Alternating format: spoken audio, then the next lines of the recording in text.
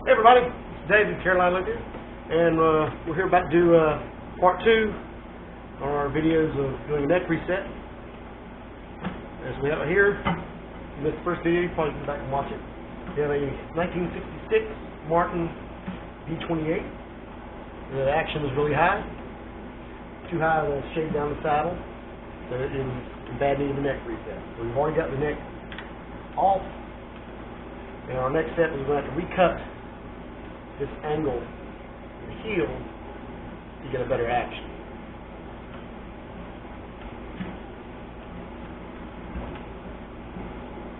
You see here, we lay a straight edge on our fretboard with it flush against the body. Straight edge hits the bridge. What we want is for the straight edge to just barely be above the bridge. We have to change the angle of the neck to make that happen. We're going to take probably approximately a 32nd of an inch or so off the very bottom here and taper it so that there's flush, that there's no gaps between the neck and the body. We'll do that right now. Okay, so now we're going to start taking off the heel this neck so we can get our angle correct, get our action right. And when we're going to do that, we're going to go very slowly, meticulously. I've coated the outside body with this. This is what we call inletting dye. It's basically just marking chalk, grease. And I'll coat the body everywhere it contacts the heel, and I'll set the neck in there and see where it is contacting. And I'll make a point to take off the bottom and not take off any at the top here, so that we can shift our angle. Shift our angle back, lower our string action. Different ways of doing this. Some people will just kind of eyeball that, but I was a gunsmith before I was lived here. Still do some gunsmithing work, and this is the way I was taught by my dad to gunsmith do inletting gun stock. This gives a nice, clean fit, no gaps. You can't tell it's ever been redone. So we're going to go ahead and do that. We'll slide it into the dovetail joint, kind of holding it at an angle and try to essentially pitch it one way. We'll see where it's hitting. Wherever it's hitting, we'll take off with a chisel.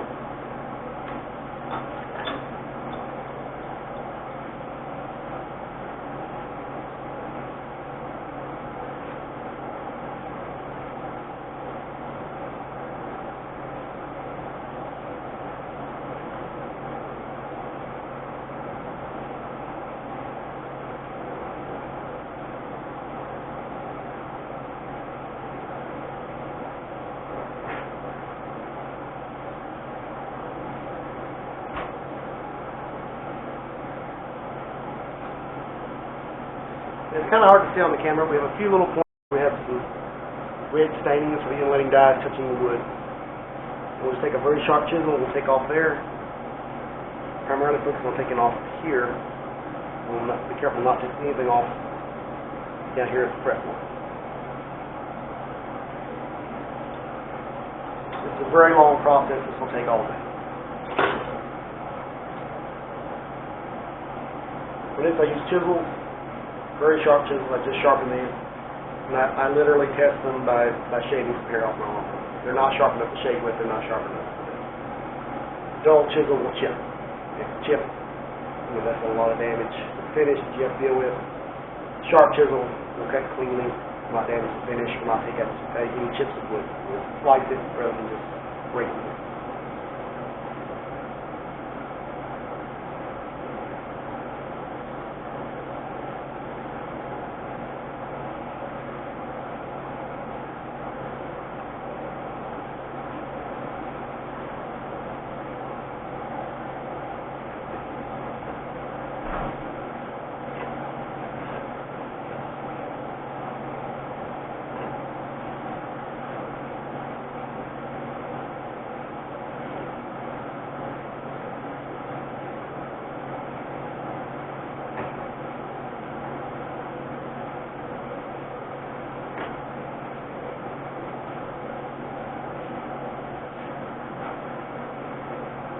Unfortunately, guitar necks are traditionally mahogany, which is wood that's fairly soft as far as cutting. It cuts pretty easily.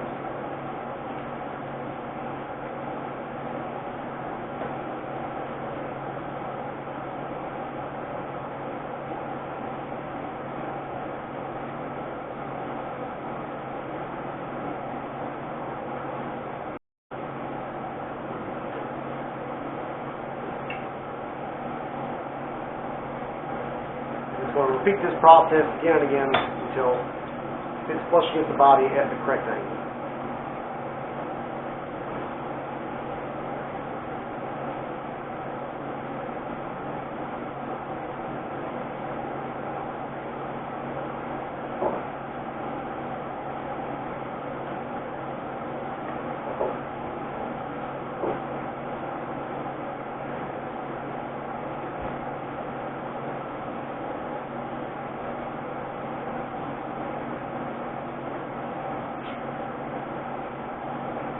Get a little more contact primarily along the edges, which is the most important thing. But we're nowhere near the angle that we need to be, so I'm going to keep repeating this again and again and again until we get the angle correct. So we have a good fit on our neck. I can place the neck in the body, lay a straight edge across the neck, and the straight edge comes just over top of the bridge. It's a little bit of an air gap there. So that's what I've been going for. So that means when put this together, put strings on, our action will be just right with just enough saddle sticking out of the bridge. But the problem now is, because I'm taking so much off this heel, the dovetail fits loosely. And that's the problem a lot of amateurs will make with the neck reset.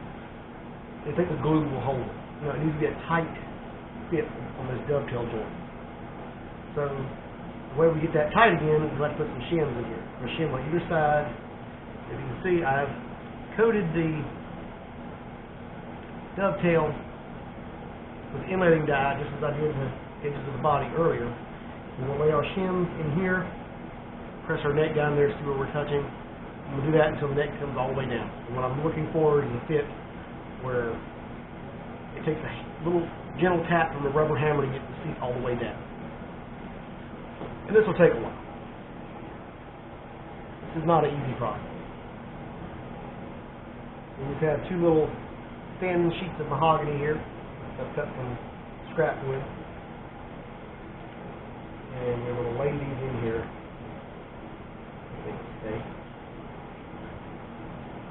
And we'll put the neck in. This is probably not even going to come close. It's going to take a bunch of steps to get this down. Yeah, as you can see, it stops right here.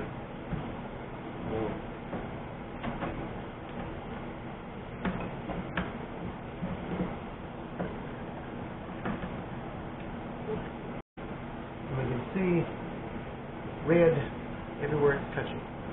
And we'll just take a chisel and just shave this off.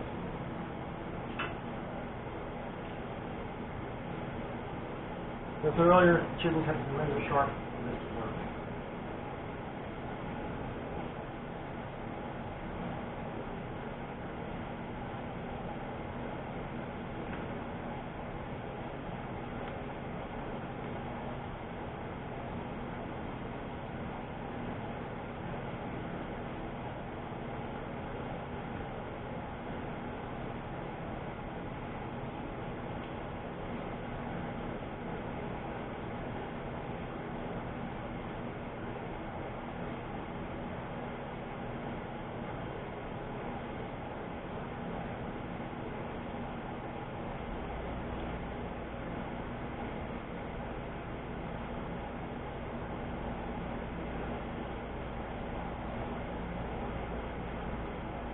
Chisels are not sharp enough, it will just grab it and tear. And you broke your shim and start over.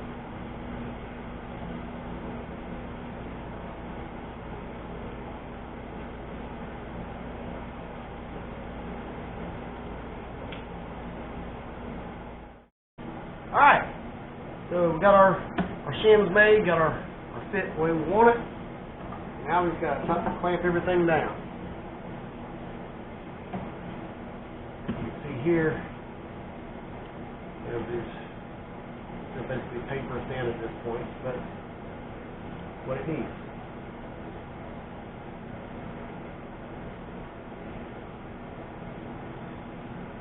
So to glue this in place,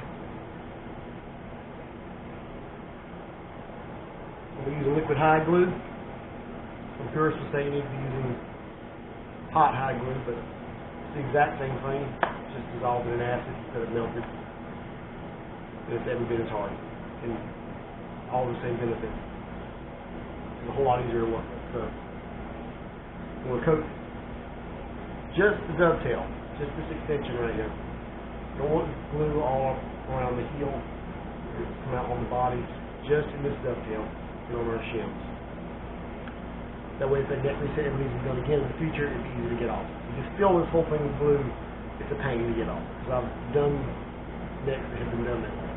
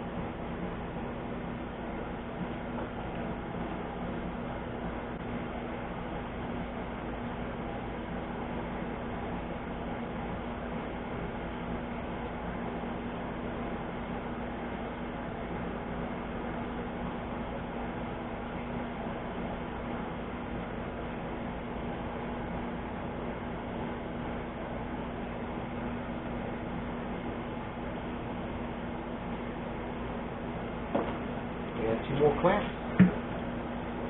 Fretboard extension, make sure that is flush on the top.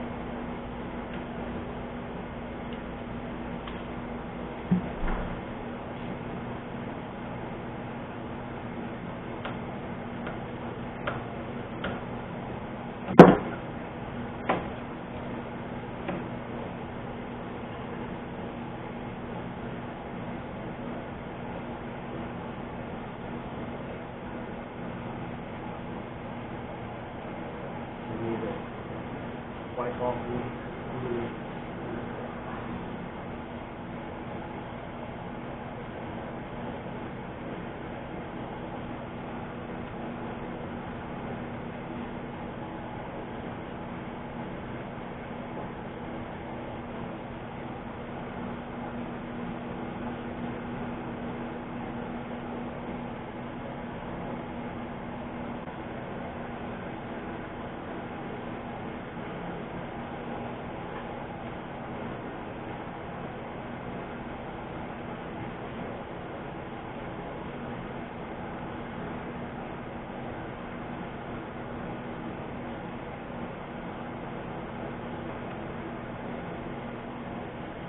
And there you go. As you can see, we have it clamped down tight, flush all the way down on each side, no gaps, tight up against the top.